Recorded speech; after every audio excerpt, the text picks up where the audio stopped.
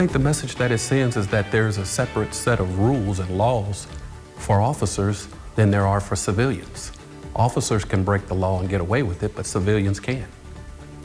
An unacceptable pattern. That's what leaders of the Black Church Coalition of Faith in Indiana say continues within the ranks of IMPD.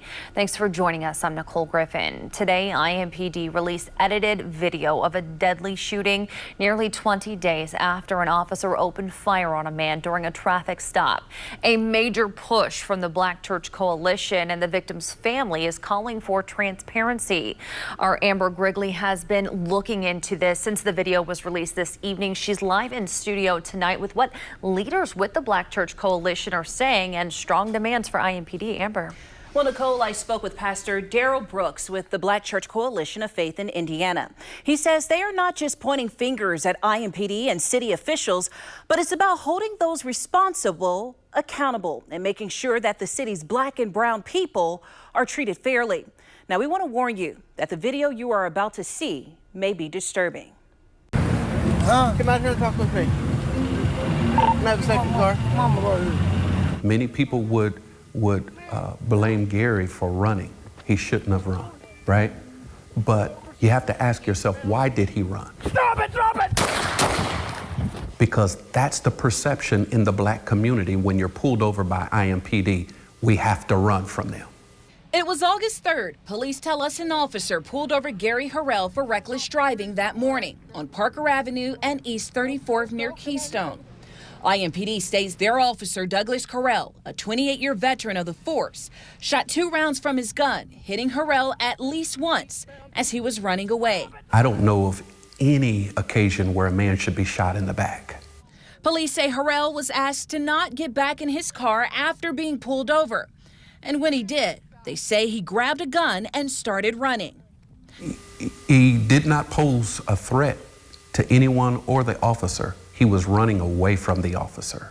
Now, in a statement released by Harrell's family attorney shortly after the video was released, they said the video was, quote, heavily edited. The statement goes on to say, in part, although Gary made a poor choice that morning, it should not have cost him his life.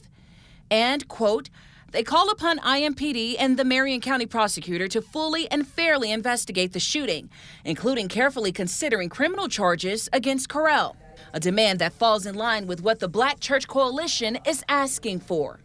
One is we'd like to see the leadership of IMPD lead.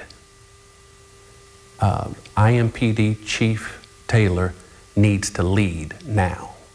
We also are asking that the Department of Justice investigate IMPD.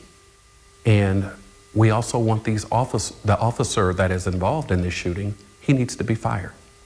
IMPD released a statement from Chief Randall Taylor saying in part, quote, this release comes as part of my commitment to transparency.